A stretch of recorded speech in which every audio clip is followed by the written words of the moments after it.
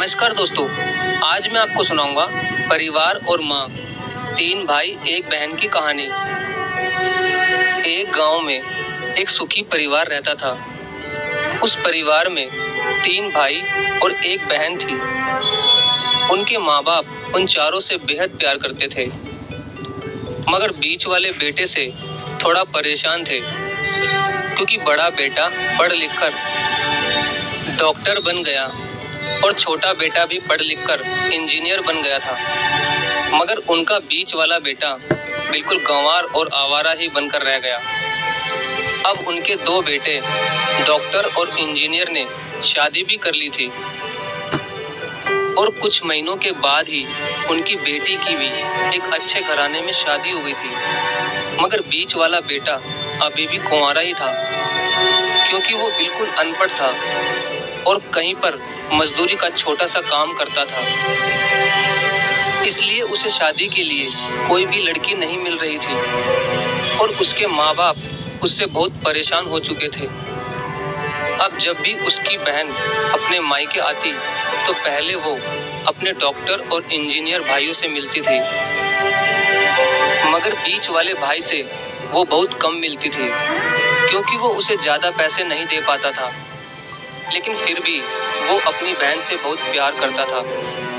अब उनके पिताजी की बीच वाले बेटे की शादी किए बिना ही मृत्यु हो गई। उनकी माँ ने सोचा कहीं अब किसी के मुंह से बंटवारे की बात ना निकले, इसलिए अपने ही गांव की एक सीधी सादी लड़की से अपने गंवार लड़के की शादी करवा दी।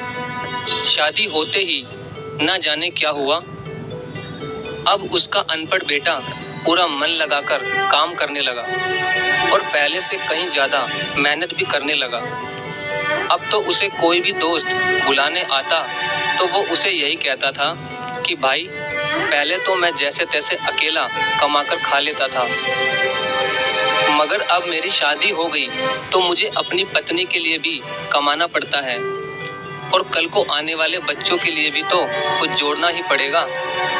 इसलिए दोस्त, अब मैं तेरे साथ नहीं घूम सकता। ये कहकर उसका गंवार लड़का सीधा अपने काम पर निकल जाता है। अब उसके दोनों भाई डॉक्टर और इंजीनियर आपस में ये बात करते हैं कि हम दोनों तो उस गंवार से कहीं ज्यादा पैसे कमाते हैं, इसलिए हम सब घर और जमीन का बंटवारा कर लेते हैं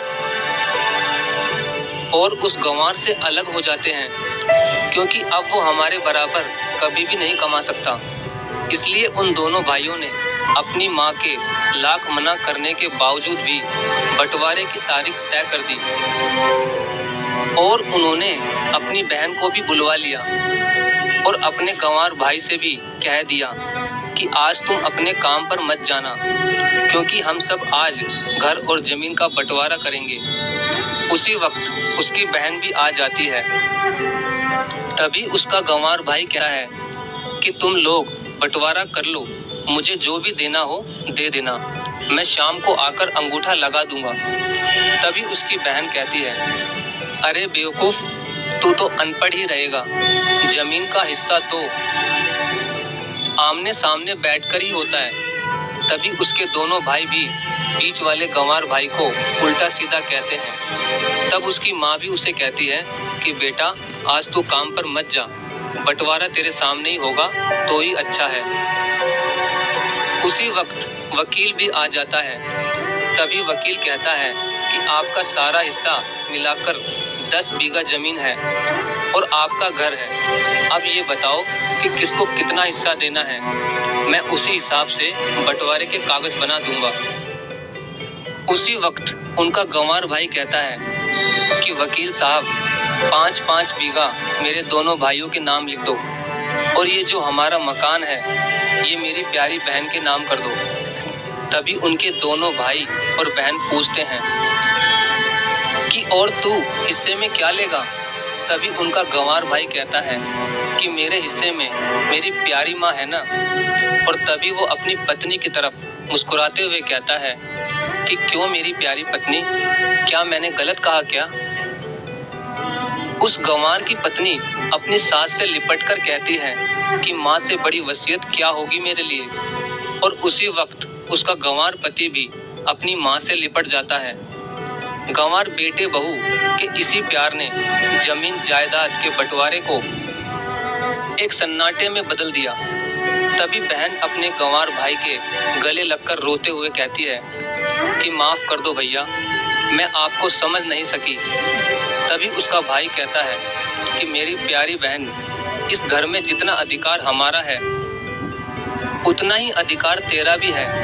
और रही बात बंटवारे की, तो बंटवारा नहीं करने से हमारा जीवन रुक तो नहीं जाएगा। क्यों करते हैं हम बंटवारा? क्या हम एक साथ मिलकर नहीं रह सकते, जैसे हम बचपन में मिलकर रहते थे? एक साथ मिलकर रहने को ही तो कहते हैं एक अच्छा परिवार, और उस अच्छे परिवार को संभालती है एक माँ। तभी उसके दोनों भाई भी बहुत शर्मिंदा होते